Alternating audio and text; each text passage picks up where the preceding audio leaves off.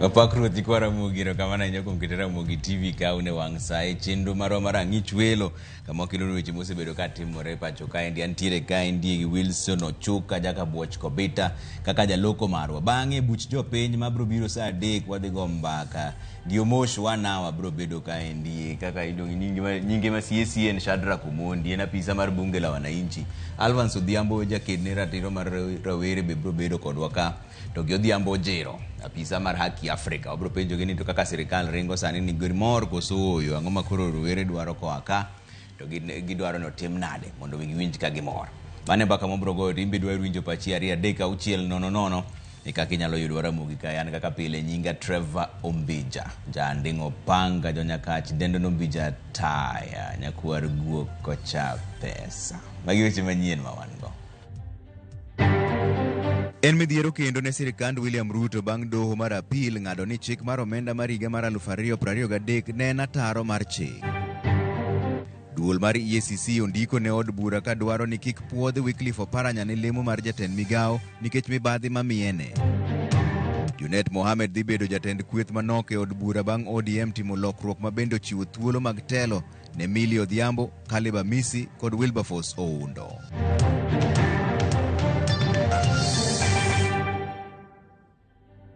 Erokamano kuom keto Ramogi TV kaendi. Doho mar apil giko ne owito oko chik mar omenda ma higa mar 2023 kaluwore ni ne ok oluw chik e chenro mar loso chik goeko. E ng'eto mare doho no nolero ni chenro mar loso chik omenda mar higa mar 2023 noketho chike matayo kaka iloso ga budget kod yore mag chuogo paro mar chik mar omenda.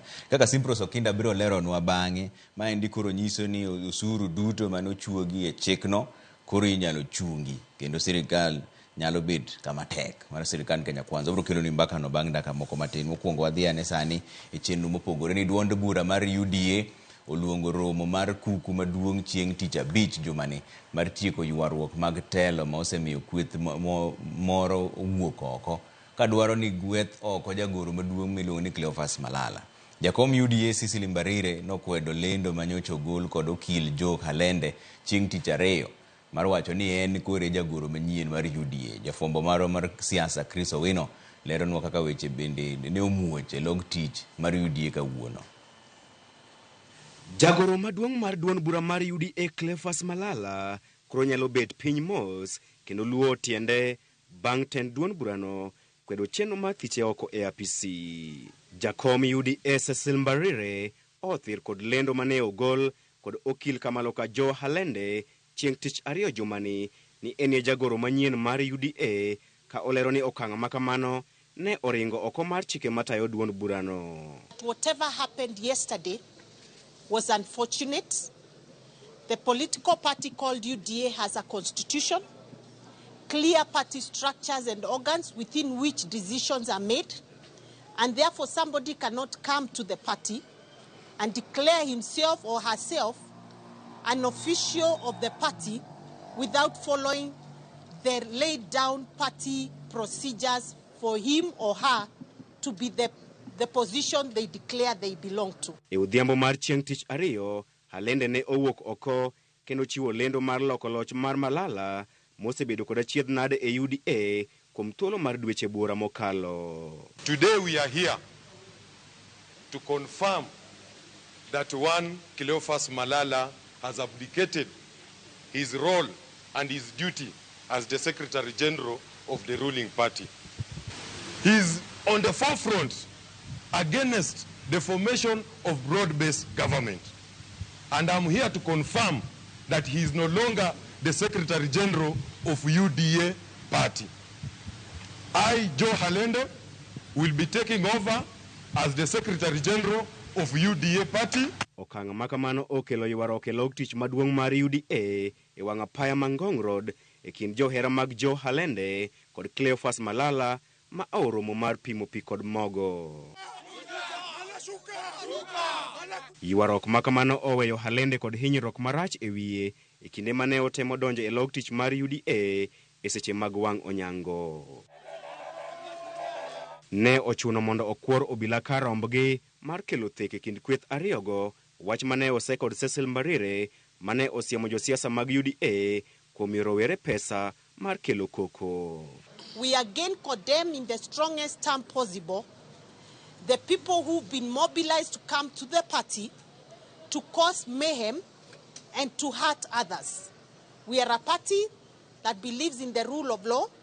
We are a party with very clear ways and means of dealing with our conflicts, and we do not in any way support what has happened today and the goons that have been brought to the party headquarters to bring chaos.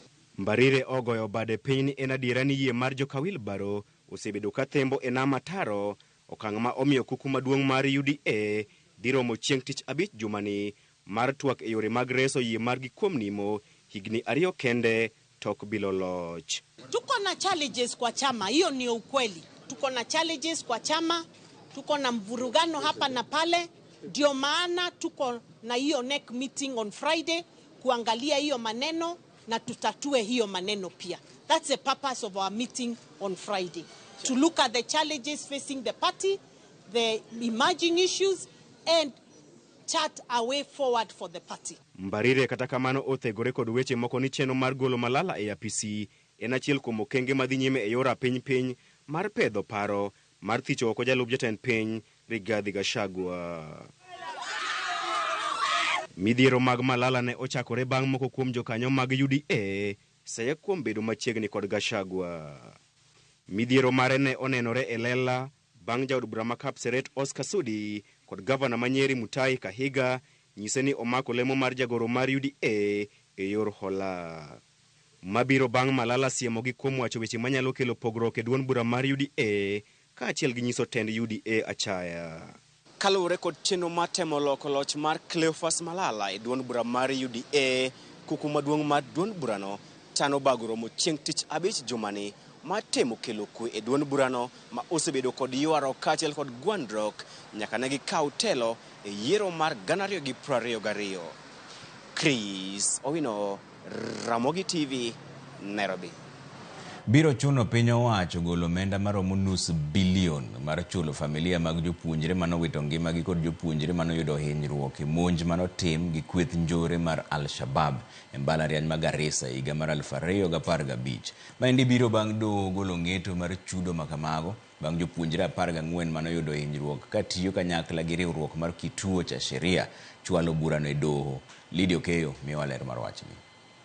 Bang' higni 9, en fungruok ne anyuola mag jopuonjre manowito ngimagi kod mago manoyudo hinyruok e monj manotim gi jonjore mag Al-Shabab e mbalariany ma Garissa, monj manoweyo ka ji 148 owito ngimagi. Fungruok ma kama biro bang' jopuonjre moko manoyudo hinyruok mar 14 kaachiel gi riwruok mar kituo cha sheria nochwalo bura e doho kadwaro mondo mi tim chudo kaluwore gi monj ma kamano. Gikone to doho golo ng'eto makoro chuno piny owacho golo omenda maromo nus bilion mar chulo familia ma jopuonjre 148 manowito ngimagi kaachiel gi jopuonjre 14 manoyudo hinyruok.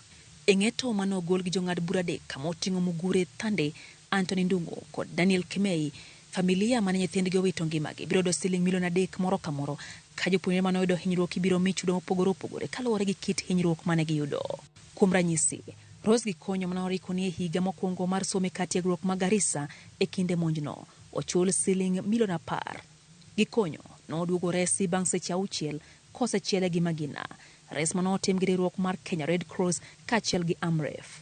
Neno manochwali doho nyiso ni Gikonyo norwaki e ward kuom dweche 3 eka bang'e ne odhi mbele gi thieth kuom thuolo ma dweche 6 kaluwore ni noyudo hinyruok marach e lumbrune bang' ka nochwade gi magina, gino makoro kelo ng'ikruok e tiendene kod dag lach mare ka nyaka sani adhola mar magina no pok ochango. Chudo ma otim ne jopuonjre mamoko chal kama: Ben Mwiti oyudo siling milion 4, James Muli siling milion 3, Duncan Obwamu siling milion 1.5, Anderson Owala oyudo siling milion 5, ka Alfred Kithu oyudo siling milion 1.5, Rispa Nyakari oyudo siling milion 3, Mercy Chepkorir oyudo milion 1.2, Nereus Kipngeno siling milion 1.2, Stanley Muli milion 4, Kasio Kamwambeko milion 5, Evelyn Chepkemoi milion 6, Ronald Moranga oyudo milion 7, ka Anastasia Mikwa oyudo siling milion 3.5.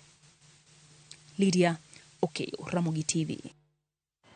Anyuola mar jogo manowito ngimagi e ng'anyo mosebed kibago pacho kaendi nochopo e apis mar duol mang'iyo tije mag obila miluongo ni IPOA mar ndiko dhogi ka gimanyo ratiro ne wedegi. Kaka jofwambo marwa Efi Nyakidi lero, jakom mar IPOA Ann Makori to lero ni gitimo nonro ewi ji 41 manowito ngimagi kod ji 199 manoyudo hinyruok e ng'anyo. Okinyi ma kawuono, anyuola moko 13 mane owito wedegi kaachiel gi joneno ochopo e apisi mar duol maketo nyong'ong ne tije obila IPOA ma ndiko dhogi kaluwore gi tho mar wedegi e ng'anyo mar rowere mosebed kibago pacho ka. Anyuola mar Charles Owino mane ochiel gi magina e boma ma Kitengela en achiel kuom mago mane ochopo ndiko dhogi. Ka giloso, giwacho ni gionge kod yie kuom obila ma pacho ka. Kenjwa masani ta onge imani gi bodi mora mora momakre gi serikal. Okane nikech kane wane iye kuro no nyiswa ni nyaka wagol witnesses mane ni e crime scene, e scene mane nyathini othoe ni. To yudo ng'at manyalo wuok mondo owuog e lela mawach ni ane mane ane scene kata ane mane adhi ago picha tek nikech witness protection is like in this country tek mondo wayud ng'at manyalo protect the witnesses. Koro ok wanyal yudo witness as per now. Giluongowa mondo mi gifuatilia kes mar Charles Owino, lakini kaka ung'eyo yewa norumo kamoro amora. Bodi modong' godo gi yien mana bodi wakende ma wating'o mawuothogo, lakini we hope for the best ni gibro temo to wabro neno matokeo. Sani eri to waonge yie mora mora. Kennedy Onyango ma jahigni 12 mane ochiel gi magina e boma mar Rongai e kinde ng'anyo ma tarik 27 dwe mar 7 higani bende anyuola mare nochopo kendo wacho ni gionge kod adier ni gibiro yudo ratiro ne Kennedy. Anyalo wacho ni IPOA gitemo matek ahinya mondo nyithindwa gi oyud justice, lakini ok wanyal bedo 100% sure ni wabro yudo justice. Ginyisowa ni wanyalo kelo witnesses, to ka wane ma wan gi lit to witnesses gi wadwa yudo kanye. Jakom mar IPOA Ann Makori owacho ni gitimo nonro ne ji 41 manowito ngimagi kod ji 199 manoyudo hinyruok. Kuom buche 41 magitimo negi nonro, buche 4 nochwal e apis mar Jamin Wach. Kuom 4 go, 3 noduok ne IPOA mondo tim nonro matut, kaachiel moro to apis mar Jamin Wach nopuodho kowacho ni gibiro dhi nyime gi timo nonro. We are looking at 41 deaths, at least 41 deaths. I've not said that's the maximum, but that's what we have on record as IPOA. And 199 other Kenyans that suffered different levels of injuries. And of these, we've already shared 4 files with ODPP for their independent legal review. One file, the DPP has agreed with our recommendation on 1 file and returned 3 for various cover points, which we've worked on. And I can assure you before end of week, we shall have resubmitted those files back to ODPP. E kindego, IPOA wacho ni gisebedo gi kinde matek mar yudo joneno manyalo konyo kendo chwalo mapiyo nonro. Riwruoge makedo ne ratich oganda mag haki kod Vocal Africa okwedo teko mathoth ma obila osetiyogo kuom jong'anyo kendo wacho ni gibiro siro nonro maneno ni anyuolagi oyudo ratiro ne wedegi. We cannot allow our country to go down this very, very dangerous path where exercising your constitutional right actually leads to your death. Kata obedo ni riwruoge makedo ne ratich oganda kaachiel gi mano marango chenro mag obila oseketo kenge makare mar neno ni anyuolagi oyudo ratiro ne wedegi, kwayo maduong' mar anyuolagi en mondo chenro makama otim e yo mapiyo. Efi Nyakidi, Ramogi TV, Nairobi. Nyasi maringo higni 100 mar kuonde tiegruok mag TVETs ochopo e giko mare tok wuoth manochakore dwe mar 5 mar limo kuonde tiegruok manie counties duto mapacho kae. Jatend piny Kenya William Ruto nopuoyo kenge ma TVETs osegoyo kendo singo negi sir mar sirikal e neno ni dongruok mar somo omedore pacho ka. Bende olero ni sirikal dhi duoko duol mochung' ne tiegruok kod puodho obok mag TVETs mondo konye timo tiegruok ka jambetri mar piny mar Germany miluongo ni Sebastian Groth to wacho ni Kenya kod piny Germany oikore mar chuoko gi winjruok mabiro miyo jopuonjre ma Kenya thuolo mar dhi tiyo e piny mar oko ma Germany. As a key enabler to the realization of the bottom line, will sign a labor migration and mobility agreement between Kenya and Germany that will facilitate skilled labor migration to Germany. I'm very proud to say that this agreement is the first agreement that Germany negotiated with a partner, and it will be the first agreement that will be signed with a partner. There was a lot of pushback then that formal education was much more superior to TVET education. Today, I think we have equalized the fortunes of all Kenyans. The choices are now as open as they can get. You have students joining either TVET or university equally, and they can sample opportunities also equally. And therefore, I am very proud of the journey that TVET has made, especially in the last 10 years. Reforms in our education sector, both in the competence-based curriculum and training and in the transformation of higher education funding model, have promoted relevance, skills, and competitiveness, and also inclusivity. We are also intentional about developing and providing high-quality human resource to support TVET. I already issued instructions that the development, education, and training curriculum, Assessment and Certification Council, SIDAC, be reinstated. Bas wadhi yuyo moro machuo kuoduogo to podon weche manyien mobro kelo iri ka omiyo kikidhi mabora ahinya taria 3:00 aneno kuseoro ote maruka makamu ka nigi sumo kanyo wacho ni Trevor paranya nyaka puodhi e parliament nikech gik ma jogo wachogo mag corruption gin mana hearsay. Okay, wacho ni innocent until proven guilty. Ano makamu ka nigi sumo kanyo kamanyo. Trevor piny Kenya to dwaro mana lamo motegno ma pastor Mondi otiche mar gemo nyenyorero kamana ahinya pastor iwacho kendo ni wamos ni jaodi Sara Atieno mano nyaseme gi Archbishop Odhiambo Gora gi Oloyanda gi jagoro Samuel Atongo kamana ahinya pastor Mondi otiche mar gemo nyenyore. Trevor mendi wuod Nyakobura Ochuka Derrick Ochieng ka wuok Chemelil Guliago village anto Kipacha to naneno ni minority leader to nonego mima na Babu Owino. I think ni ene fit bedo kanyo Ramogi Ler kendo leo an gi mama na kae ndi Ruth Ogola gi nyamin Dorothy kamana ahinya neno ka ntiere ote moko mobiro ka Ramogi TV maendi. Tobias Akande waneno kod wadwa George Akande ka Mombasa Pwani. Tobias agero ni nam chumbi dhi maber kamana ahinya kuom neno Ramogi TV.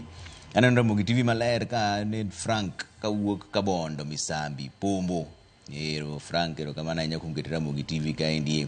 Ochuka Derrick Ochieng kani Chemelil wacho ni Ochuka Derrick Ochieng kani Chemelil wacho ni we requesting the government ni wakae chini na doctors ili wasikizane ndivyo venye serikali inaendelea vitu siku zuri. Kamana ahinya mano wacho dholuo wacho Kiswahili mok dholuo. Haya modi yuyo moro machuo kuodogo to podon weche manyien mobro kelo iri ka 3:00 e kaka inyalo yudwa kikidhi mabor ahinya.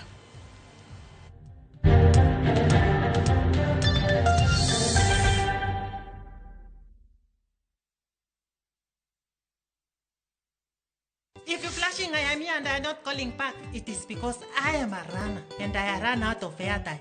New on View Sasa, Jalis Lekong.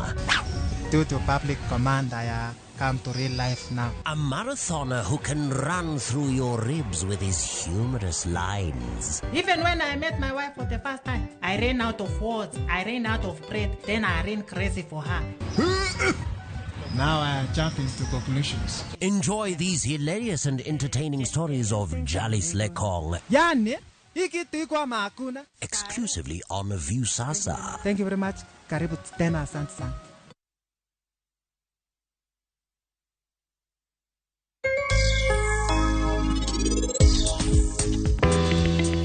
Bueno to chiemo eto onge gi saa mobro mako ni break onego bed ni bedo kod lony ni ng'iyo ni gwenda gi kamiyo gi kama to kochopo odhiambo be gin gi buok mar del koso gin masawa. Gweno mondo ifweny ka tuo mana kaka dhano sama ongima omor bende gweno legi duto te sama gingima ineno ka gimor gichikore.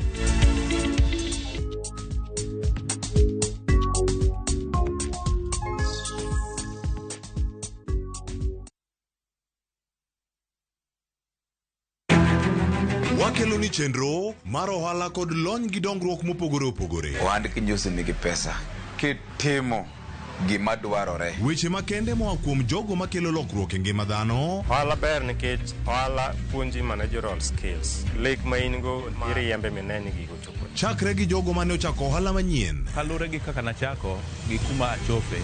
Ohala ni en ohala maber. Nyaka jotelo molony e timo ohala. Akwanyo jodala wate odogi ohala. Ne pek mane gikalie. Pod waonge uhuru mar ohala. Loch mane giyudo kod kinda mane gitimo e manyo gik mabeyo beyo. Ka jaohala ok inyal chako project ka ionge gi market. Tudri gi Cleophas Oluoch e ohala gi mwandu. Tich ang'wen ka tich ang'wen chakre saa 1:45 otieno.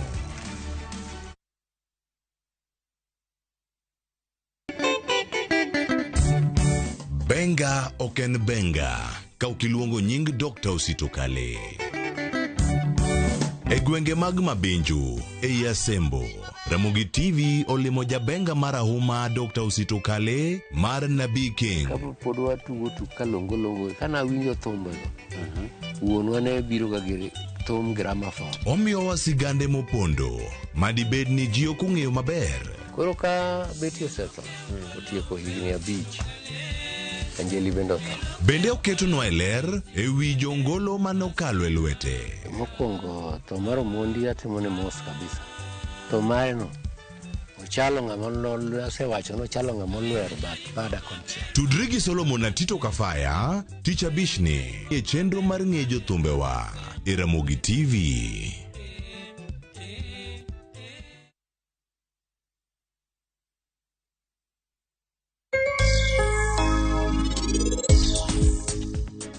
Jitni igi nyithindo 3.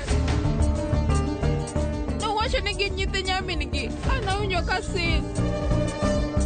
Ere kaka Sarabjit nyalo wuonda?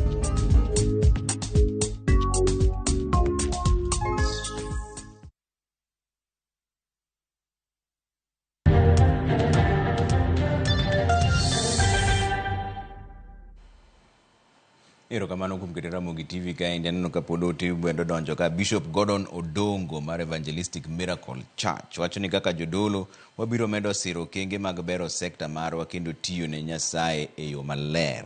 Wan waikore ne sidho ayanga Archbishop marwa Shem Agao tarik 17 dwe manyien Naki Secondary School mane Nyakach. Erokamano ahinya Bishop Gordon Odongo mar Evangelistic Miracle Center kata Church. Duol makedo kod mibadhi pacho ka endi koro kone od bura mondo kik gipuodh gwelo mar gavana machon mag Kakamega miluongo ni Wycliffe Oparanya ne lemo mar telo ne migawo mar riwruoge saga kod ohelni matindo. EACC wacho ni Oparanya ni kod buche mag mibadhi ma pod inono kendo ok ber ka od bura odayo dhoge ne lemo no. Walter Nyambaga miwa ler mar wachni. Kaka yoro dimbo bidhruok kod kedo kod mibadhi pacho ka duol makedo kod mibadhi EACC wuok tung' mosuo kod gavana machon ma Kakamega Wycliffe Ambetsa Oparanya kendo pimo ne muya. E barua mochwe kogno kod jata tije mar EACC Toli Mbarak koro dwaro ni mondo kik od bura puodhi Oparanya ne lemo mar bedo jatend migawo mar ohelni matindo to kod riwruoge mag saga. E barua mochwe kogno kod jata tije mar EACC Toli Mbarak olero ni Oparanya itudo kod mibadhi kinde mane en apisi kaka gavana ma Kakamega. Bende gitielo ni jatelo no gisani nono kod apisi mar jomin buche ODPP. E barua no gilero ni Oparanya oyudre kod mwandu moko mane oyude yo mok ler ka esechego bende an kod bura mar mibadhi madhi nyime doho. EACC okone kamiti mapodho jogo mogwel ni negi oro kwayo mar ng'wano omenda mar Oparanya maromo silings $28,900. Higa mokalo dwe mar 8 duol mar EACC ne odayo dho Oparanya e wi weche mibadhi mar silings $1.3 ma duolno nono ka dibed ni ne olal e lwete e thuolo mare mar bedo kaka gavana kuom higni 10. EACC nodhi nyaka Fweko dalane ma Butere kimanyo neno moko matude kod mibadhi. Dweche 5 mokalo Oparanya ne oda dhoge log tich mar EACC kimanya dieri e weche moko mag mibadhi. EACC achien ne ochwalo tese moko 27 ne apisi mar jomin buche matudo Oparanya kod mibadhi manyalo romo silings $56.7 magitimore kodong' mana seche to od bura chako dayo dho jogo mogwel ne lemo mag telo ne migepe sirikal mar Kenya Kwanza, Oparanya en achiel kuom jotelo mag ODM manyocha jatend piny ogwel lemo mag telo. Mamoko en jaod bura mogwel John Mbadi, jaod bura ma Ogunjo Opiyo Wandayi, to kod gavana machon ma Mombasa Ali Hassan Joho, maduto rito puotho kod od bura. Walter Nyambaga, Ramogi TV.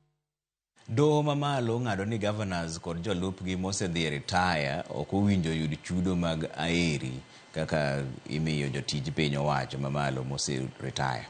Kano ng'ado burano bang' riwruok governors chwalo bura e doho ka gidwa ni mondo governors mosetieko tich chul aeri, jayal buche Lawrence Mugambi okoni budget masani counties yudo ok nyal romo tayo chenro mag dongruok gi chulo aeri mag governors mosedhi retire bende. Jayal buche Mugambi nolero ni maendi nyalo kelo pek ne governors modonjo e fees kod jopiny chulo governors mosetieko tich, kendo wacho ni chudo ma imiyogi mag tieko tich midendo ga gi dho ngere ni gratuity oromo konyo gi tayo ngimagi kata ka ok medgi kendo aeri. Okoni bedo ni governors kod jolupgi gin apisas mag piny owacho ok onyiso ni nyaka chenro mag ta mana machal kod apisas mamoko mag piny owacho. Riwruok governors ne otero bura e doho ka gidwaro ni mondo duol mochung' ne osach jotij piny owacho SRC one ni governors mosetieko tich bendo yudo aeri, dwaro makoro doho notamore.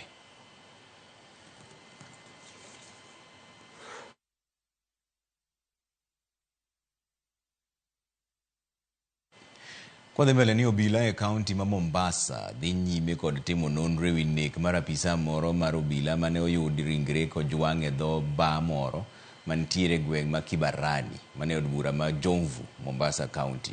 Achich achiel mitudo kod nek makamano ne obila ondhiyo ka pedha bende dhi nyime mar manyo achich machielo mitudo gi nek mar obila no. George Aoko nigi ler mar wachni ka Mombasa. Jodak e gweng' ma Kibarani e od bura ma Jomvu Mombasa ne jochiwo gi buoke okinyi ma kawuono bang' yudo ringre obila ma gikone gi yango maler kojwang' e dho kar kwoto kwong' moro mantiere e gweng' no.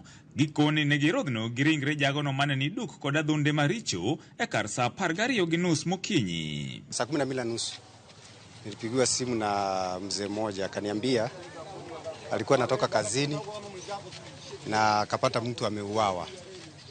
So ile hatua nilichukua, nilimuuliza ni upande gani, akanielezea, akaniambia vile alinipa direction nikajua hapo mahali. So ndio nilikuja mpaka hapo nikapata ni kweli kuna mtu hapa amelala na ameuawa. Ni polisi wa Mikindani Police Station. Mimi namjuanga kama Muidini, hiyo jina lingine sijui, lakini namjua, hata yeye ananijua. Hakuwa kazini tu, alikuwa mimi nilimwacha nyumbani na alitoka, na alipotoka hakurudi. Asubuhi nasikia ni maiti. Nikaambiwa niende Kibarani. Kufika Kibarani nikaconfirm, nikaona maiti, nikajua ni yeye kama ni ndugu yetu. Na tunataka mapolisi wafanye uchunguzi. Na tunataka tupate hakika walimuua wafuatiliwe. Ruoth ma alworano okoni ne oyudo maling'ling ni miyo ma wuon kar kwatandiwono ne chal ni temo ringo, to kata kamano ne gitemo magijuke ka wuon pargi ma bende en achich to ne oringo molal Meru. Kaniambia kuna huyo mama mwenye mangwe anatoroka, yuko wapi? Ametoka na hii njia. Sasa mimi kenye nilifanya, nilichukua bodaboda na nikakimbia nikamfuata, nikampata bridge. Alikuwa ameingia kwa gari matatu. Nikamtoa nikarudi naye mpaka hapa. Mimi kulingana na mwenye hapo mama ambaye tumemshika, yeye amesema yeye alienda kupumzika, ilikuwa mwendo wa saa 3 jioni jana.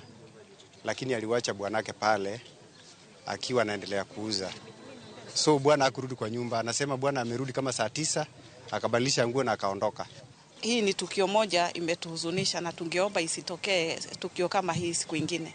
Mtu yote yako na shida na mwenzake, awe ofisa, awe raia mwenzake, alete malalamiko kwa hizi ofisi zetu na tutaweza kuwasaidia. Tusipoteze maisha ya mtu mwingine yeyote. Kwa sasa uchunguzi unaendelea, hatujui chanzo cha mzozo ama chanzo cha sababu ya Muhidini kuuawa. Jatend obila ma Jomvu ne oyango meko mar achich achiel ka bende olero ni apedha mar achich machielo no dhi nyime. Lakini tuko na mshukiwa mmoja ataweza kutusaidia kwa uchunguzi, sababu tumepata nguo za mwanaume zikiwa zimeroa damu na mwenyewe hatujampata. Kwa hivyo kuna mshukiwa mmoja ambaye ametoroka.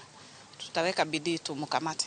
Hata mimi mwenyewe binafsi sijafurahikia na kitendo alichofanywa mwanaume wa watu, na inabidi nyinyi kama serikali mchukue hatua ya kupambana na hili tatizo, manake kwa maanisha hili tatizo si la kwanza na si la pili.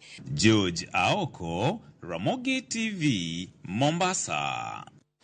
Jodak e gwenge mag Kitere, location mar Ragan, sub-county Masuna West, Migori, yuago medruok mag kwan mag ondiegi makoro chamo ringre dhano mawiki e kariko ringre mar Lichota. Giwacho ni rem mar piny owacho iketo kenge makare mar kunyo bur matut ne ringre mawiki en achiel kuom midhiero momiyo koro ondiegi go wuodho ringre mayot e bur. Jafwambo marwa George Juma miyo ler mar wachni. Mae en kar iko kata kaburini Malichota e sub-county Masuna West e kaunti ma Migori. En kanyono ma osetigo e kano ringre mag oganda mathoth, mamoko kuomgi anyuola gi ok oyangi. Osebedo kar resruok ne oganda mathoth maonge kod nyalo mar tero ringre joheragi nyaka pacho. Ringre mag oganda mathoth mabende osebudhe kuonde kano ringre nikech anyuolagi ok oyangi. Bende piny owacho osebedo ka koro iko e kaburini Malichota. The burials which had been done there were done 4 months ago when we were disposing unclaimed bodies from the hospital. We did. But you know, these people who are now coming at night to bury their dead ones, they don't seek opinion, they don't seek permission from us. Already we have developed Environmental Public Health Act which is going to address that. Kata bed ni kaburini Malichota osekelo resruok ne oganda mathoth, jogo ma ike kaburini ni onge kod kwe nikech otoche masani koloko ringre dhano gago. Jodak alwora ni bende koro onge kod kwe nikech otochegi machamo ringre dhano bende koro geto jambgi. Wanaozika maiti katika hii cemetery hawajafuata sheria nzuri, kwa sababu maiti wakati mwingine inatupwa tu ama wanachimba makaburi ambayo hajakuwa na kina kizuri sana. Burials are not being done during the day. That's why the graves are very shallow. So if we engage, we are going to engage the people around that place so that they can also help us, because we can only succeed when we move with these people as a team. Maya simojidago makitere moda kalwora makaburini koro daka onge kod kwe kabere kata jambgi bende koro toche koro chamo. Ondiegi tino wuok e gweng'wa ka masaa 2:30 ondiege ywak kendo gibiro nyaka mier. Gichamo rombe, gichamo diek kendo gibwogo ji. Tayari wanaanza kutembea mpaka kwa miji. Hatujakuwa na amani siku 3 ambazo zimepita. Hata wameanza kukula umbwa zetu, na tunahofia ya kwamba hata watoto wetu wanaweza hata kukulwa na hao afisi, kwa sababu wamezoea kukula watu kule makaburini. Higni machien mokalo jogo moda kalora ni bende ne oseyuak ni kata mana guogi mag pidho bende ne osebedo kalimo kaburini kendo ting'o fuondi mag dhano magidhigo nyaka pacho. Jodak makitere yuak ni onge yo makare piny owacho oseketo mane chendogo mag ik otim makare e kaburini ni. Iko mare okosebet maber, mane gira chiel mwaneno ka chandowa. Nikech cemetery chuth odwa ni mondo timne wall fence maber to bedo gi chenro maber mar iko. Mokwongo iko maka iko gima thany. Jatend migawo mar thieth e kaunti ma Migori Julius Awuor Nyerere wacho ni en adieri ne kaburini ni ok oseber ka itayo yono makare, kata kamano wane koro ginte kod chenro makare malose e yono mowinjore. Jomoko biro gotieno ka jokuoge to gikawo gikunyo bugni moko ma thech to gikawo bodies to gidrop kuondego. Koro ka gigodiochieng' kata gotieno to ondiegi biro to ywa bodies go. Gima gitimo no rach, sani wang'iyo gi wenge te, wabiro timo ni kanyo chiel maber, kata wabiro keto jowa, kata sani nitie jowa mawuotho maluorore kanyo, to wadhi temo manyalore mondo wane ni gino wachunge. Nyerere wacho ni piny owacho mar kaunti ma Migori keto omenda tenge ma idhi tige keto chiel e alwora mar kaburini kendo keto arita e yo mowinjore. Waseyudo wachni kendo wabiro chielo kanyo kata waketo gate achiel ma ng'at madonjo kanyo to wang'eyo. Sani nikech ok ochiele ng'ato nyalo donjo gi kona moro amora. Tanyisogi ni wasewuoyo kaka department kendo gima nuneno no ok binene kendo. Nyaka sani kaburini Malichota en pap mang'eyo kumochako iko nyaka gikone ok yot. Kabende koro oganda chich ne nitie jogo bende koro iko joheragi ka piny owacho tok ong'eyo. George Juma, Ramogi TV, Migori. Sigana moro machiko kaendi ni doho mar apil giko ne owito oko chik mar omenda ma higa mar 2023 kaluwore ni ne ok oluw chik e chenro mar lose. E ng'eto mare, doho nolero ni chenro mar loso chik mar omenda mar higa mar 2023 noketho chike matayo kaka iloso budget kod yore mag chuogo paro mag chik omenda. Kaka Simpros Okinda leronwa, ma koro nyiso ni osuru duto mane ochuogi e chikno koro ichungo kendo nyalo keto sirkand Kenya Kwanza kama tek. Jumachiel to kod bura mamalo rucho fuoni duto mag paro mar chik omenda ma higa ni, sirkal mar Kenya Kwanza ochako yudo ng'ikruok e chenro mage mag bero chumi ma pacho ka. Tok doho mar apil ng'ado ni chik omenda ma higa mar 2023 noloso ataro mar chik. En chik manomedo osuru buora na jo Kenya kendo wite oko koro nyiso ni osuru kaka manomede wi mauta kowuok e 8% nyaka 16% koro bende owito oko. E chikno bende omenda ming'ade wi osach jopiny mong'ere kaka PAYE nomedi ka jo Kenya mayudo sara ma ohewo $500,000 dwe ka dwe sani chulo PAYE mar 32.5 ka jogo ma osachgi $100,800 dwe ka dwe chulo osuru mar 35%. Johala bende koro yudo fuong'ruok kaluwore ni chikni nochuno johala duto mondo ndik ohandgi ayanga kod duol mar KRA e chenro mar e-TIMS ne chenro mar osuru. E ng'eto margi, jong'ad bura Justice Minoti, Murgor kachiel kod Mativo ong'ado ni chenro mar loso chik omenda mar higa 2023 ne ok oluwo chike mathoth matayo loso bajet e pacho ka moting'o kawo pach oganda.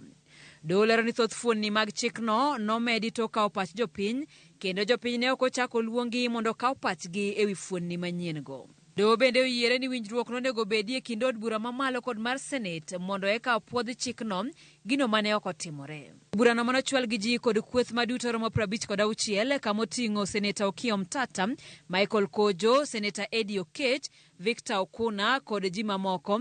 Doho kata kamano tamore ni onge omenda moro amora ma ibiro duok ne jopiny kaluwore ni chikno ne tiyo nyaka odiechieng' ma kawuono ma ong'adi ni nolose ataro mar chik. Ng'eto ni koro keto piny Kenya kama ok ong'ere kaluwore ni chike ma pacho ka ok ler malong'o gima onego timre tok jatend piny golo chik mondo ruch paro mar chik omenda ma higa ni, gima nomiyo sirkal odok tiyo kod chik omenda ma higa 2023. Bedo ni koro ma bende owito oko nyiso ni Kenya koro nitiere kama diny. Simpros Okinda, Ramogi TV.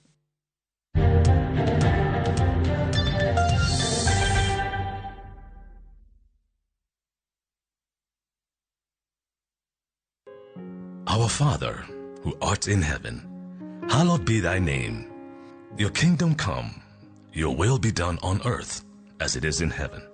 Give us this day our daily bread, and forgive us our trespasses as we forgive those who trespass against us. And lead us not into temptation, but deliver us from evil. For thine is the kingdom, the power, and the glory, forever and ever. Amen. Dial *811 *495# to get Our Father.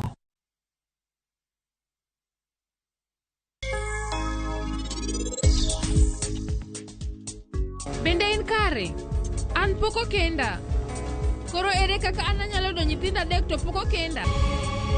Waya, bifo param bende otimo richo ang'o momiyo inokimiye kum? Ang'o momiyo? Sarapjitni, igi nyithinda dek. Owacho ni gin nyithi nyamingi, anawinjo kasin. Nyasacha, ka inokitango mama wa kawuono, anokabi wuoyo kodi kendo.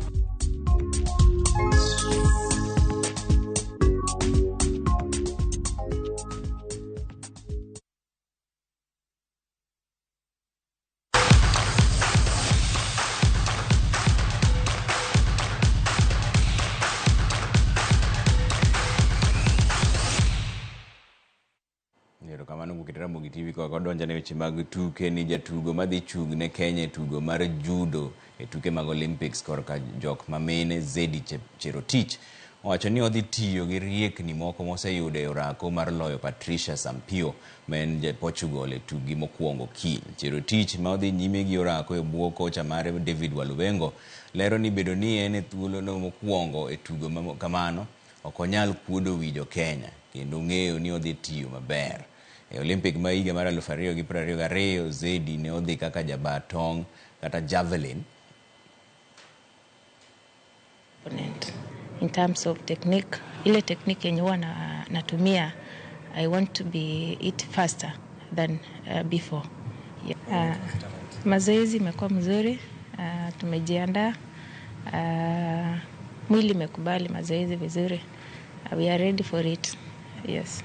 So what we are working on is her speed and the control of breath around when she's playing, and now we are also working on her strength, because with such a weather you want your athlete to have proper strength and proper flexibility. So what we are doing now, starting now up to when we are going into the competition, is to ensure that she is executing her techniques with the proper speed and with the proper strength that we require.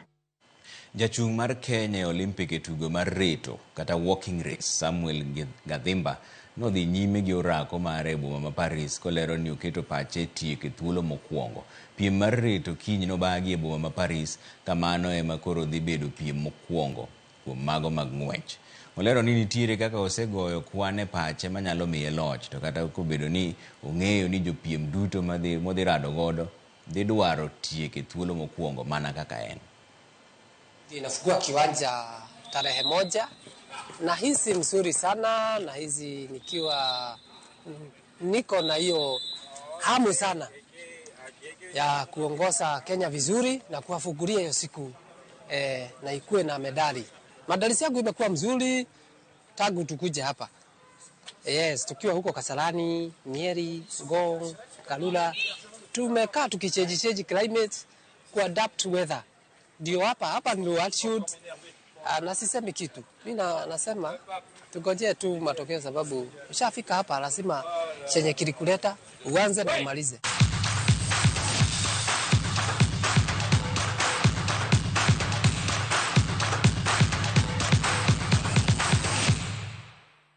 Architect Evans Asio wacho ni Trevor Ramogi biro maler kendo miyo gik moko kaka timore. Waneni maler gi Lovina Asio ka wandala mar Karen. Erokamano Architect Musna Jolifi suburbs kanyo. Mane kama we chenro mar ang'ich welo ke ang' chopo sadeko biro go mbaka e buch jopiny.